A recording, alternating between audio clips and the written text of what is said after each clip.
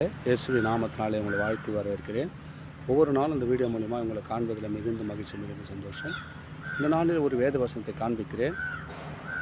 ஆதியாகமம் 35:11.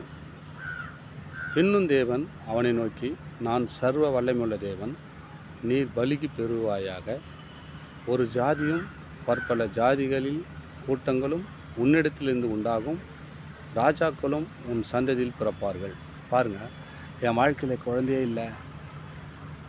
ஆண்டவர் வசனத்தை வாக்குத்தத்தம் கொடுத்துருக்காரு, நிறைய படிச்சிருக்கிறோம், ஆலயத்துக்கு போகிறோம், என் வாழ்க்கையில் ஒன்றும் நடக்கலை அப்படின்னு நினைக்கிறியா? அவர் சொல்லியிருக்கார் பாருங்கள், நான் சர்வ வல்லமையுள்ள தேவன். யாருங்க அவர்? சர்வ வல்லத்தையும் ஆளுகிற தேவன் அவர் தாங்க. வானத்தையும் பூமியும் வார்த்தையினால் உண்டு பண்ணார். அந்த வார்த்தை தான் இப்போது பேசி கொண்டிருக்கிறார். நான் உண்டு பண்ணுவேன். எத்தனை பேர் பிறக்க போகிறாங்கன்னு கட்டளை வேறுறாரு. ஆபிரகாமுக்கு பாருங்கள், கடற்கரை மனம் என்ன சொன்னார்? வானத்து நட்சத்திரத்தில் என்ன சொன்னார்? என்ன கூடுமால எண்ணுன்னார். என்ன முடியாதுன்னு. அப்புறம் என்ன முடியுமா? முடியாது இல்லை. அப்படியாப்பட்ட சந்ததியாக ஒன்று உருவாக்க போகிறான் அப்படின்ட்டார். ஆனால் அவருக்கு குழந்தை இல்லை. அவன் என்ன பண்ணான்? வெரைட்டியாக இருக்கிறான், வருத்தப்பட்ட நிலைமையில் இருக்கிறான். இவர் போய் இந்த வார்த்தை சொல்கிறாரு. இது நடக்கிற காரியங்களாங்க. ஆபிரகாம் வாழ்க்கையில் நடந்துச்சா இல்லையா? உலகம் இருக்கிற ஜனங்கள்லாம் யாருடைய சந்ததிங்க? ஆபிரகாமுடைய சந்ததி. அவர் சொன்ன வார்த்தை நிறைவேற்ற இல்லையா? உங்கள் வாழ்க்கையில் கூட எனக்கு குழந்தை இல்லை, இத்தனை வருஷம் ஆச்சு, நான் ஆலயத்துக்கு போகிறேன், அதுக்காக நீ வரட்டியாக இருக்கிறியா? கவலைப்படுகிறாயா? வருத்தப்படுகிறாயா? மகனே மகளே, பயப்படாத. ஆண்டவர் சொல்கிறார் பாருங்க.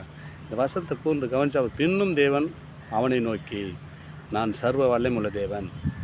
ஆபிரகாமுக்கு எத்தனை வயசில் குழந்தை பார்த்தாருங்க? கொஞ்சம் நினச்சி பாருங்களேன். சாராளுக்கு எத்தனை வயசு, ஆபிரகாமுக்கு எத்தனை வயசு பாருங்கள். அந்த வயசில் அவங்களுக்கு 100 வயசு ஆயிடுச்சு. ஆபிரகாம் குழந்தை பிறக்கும்போது எப்படிங்க இருக்கான்? நான் சர்வ வல்லமையுள்ள தேவன், நீ பலுகு பெறுவாயாக.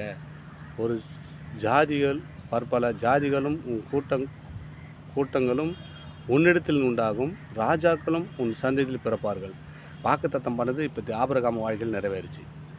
அதே வார்த்தை தான் இப்போ உங்கள் வாழ்க்கையில் பேசி கொண்டிருக்கிறார். குழந்தையிலன்னு வரத்தியாக இருக்கிறியா? கஷ்டப்படுறியா? கண்ணீர் விடுகிறியா? அழுகிறியா?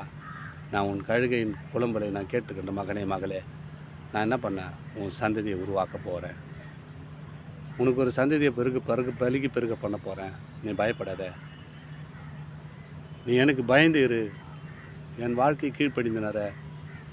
இப்பொழுது நான் பேர் யாக்கோப்பு என்று அழைக்கப்படாமல் இஸ்ரவேல் என்று அழைக்கப்பட போதும். ஏன்னு சொன்னால், நீ மலடி என்று எண்ணப்பட மாட்ட, இஸ்ரவேல்.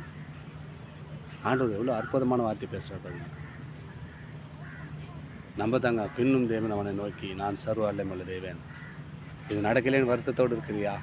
பயப்படாத மகனே மகளே, நிச்சயமாக நான் அதை வரவேற்று பண்ணுவேன். ஆபிரகாம் ஆசீர்வதித்த தேவன் உன்னையும் ஆசீர்வதித்து வழிநடத்த அவர் வல்லவராக இருக்கிறார். தொடர்ந்து இந்த வீடியோ பாருங்கள், சப்ஸ்கிரைப் பண்ணி பாருங்கள். அது உங்களுக்கு புரோஜனமும் தேவனோட நாமத்தை மையப்படுத்த ஏதுவாக இருக்கும். ஆமென். God bless you.